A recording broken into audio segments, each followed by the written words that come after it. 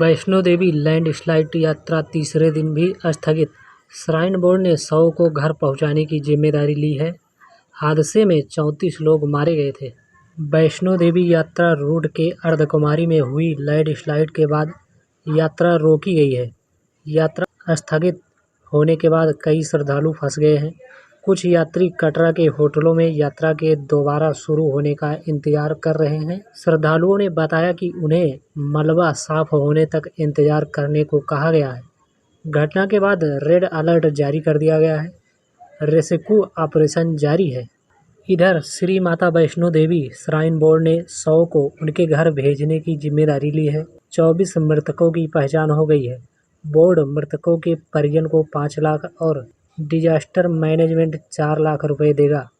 वैष्णो देवी यात्रा के इस पड़ाव पर 26 अगस्त की दोपहर करीब 3 बजे भारी बारिश के कारण अर्धकुमारी इंद्रप्रस्थ भोजनालय के पास भूस्खलन हुआ।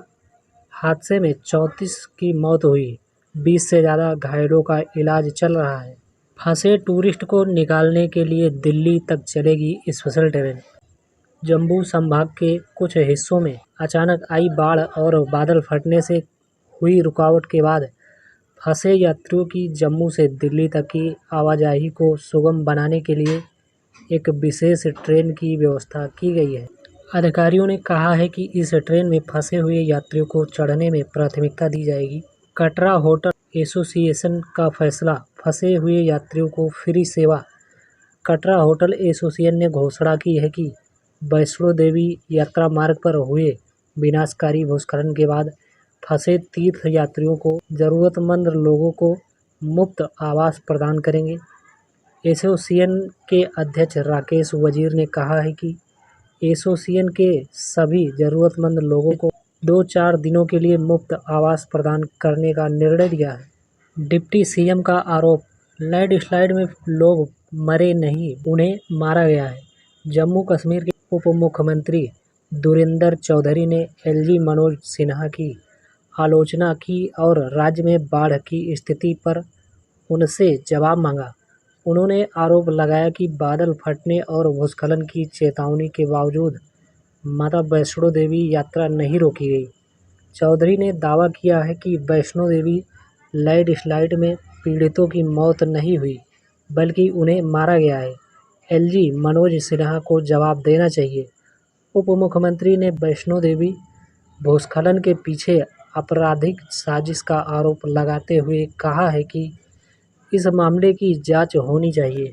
आगरा के दीपक अपनी बेटी का मुंडन कराने माता वैष्णो देवी गए थे।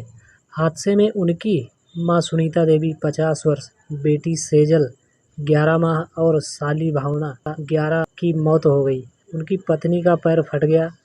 पिता अर्जुन लापता है। दीपक हॉस्पिटल में एडमिट है। जब हादसा हुआ तब दीपक परिवार को बैठाकर भवन के रास्ते में बने शौचालय गए थे।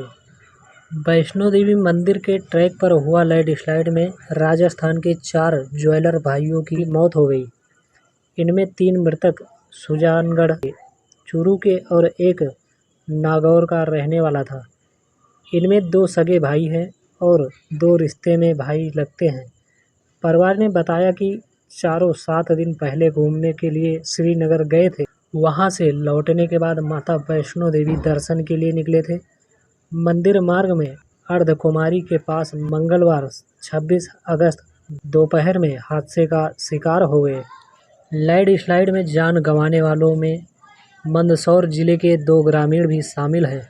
3 अन्य घायल हैं। हादसे में लापता 2 लोग करीब 40 घंटे की सर्चिंग के बाद गुरुवार को सुरक्षित मिल गए हैं।